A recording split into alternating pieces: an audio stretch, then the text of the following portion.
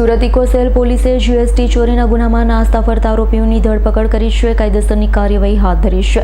પકડાયેલા આરોપી બોગસ પેઢીઓ ઊભી કરી ખોટા બિલ બનાવી અલગ અલગ વેપારીઓને કમિશન પર આ બિલ આપી સરકારને નુકસાન પહોંચાડતો હતો. આરોપીએ 1814 કરોડના ખરીદ વેચાણના બિલની હેરાફેરી કરી હતી.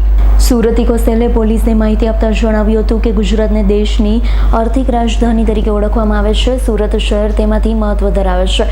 ત્યારે જીએસટી ચોરીના ગુનામાં સંડોવાયેલા આરોપીઓને પોલીસ પકડવા ચક્રો ગતિમાન કર્યા હતા. આ દરમિયાન પોલીસે મોહમ્મદ સુલતાન મોહમ્મદ યુસુફ કાપડિયાની ધરપકડ કરી છે. પકડાયેલા આરોપી વિરુદ્ધ સુરત ક્રાઇમ બ્રાન્ચ પોલીસ મથકમાં ગુનો નોંધાયેલો હતો. ત્યારબાદ તે પોતાની ધરપકડ ટાળવા નાસ્તો ફરતો. મોહમ્મદ સુલતાન મોહમ્મદ યુસુફ કાપડિયાની મોડસ ઓપરેન્ડી વિશે પોલીસે જણાવ્યું હતું.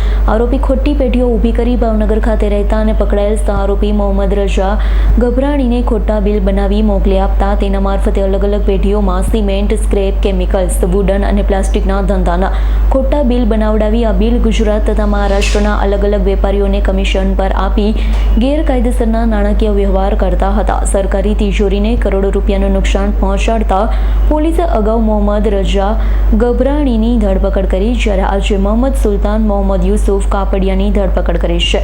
પકડાયેલ આરોપી અત્યાર સુધીમાં 1814 કરોડના ખરીદ વેચાણના બિલની હેરાફેરી કરી છે. હાલ આરોપીની વધુ પૂછપરછ કરવામાં આવી રહી છે. Bureau report S9 news Surat.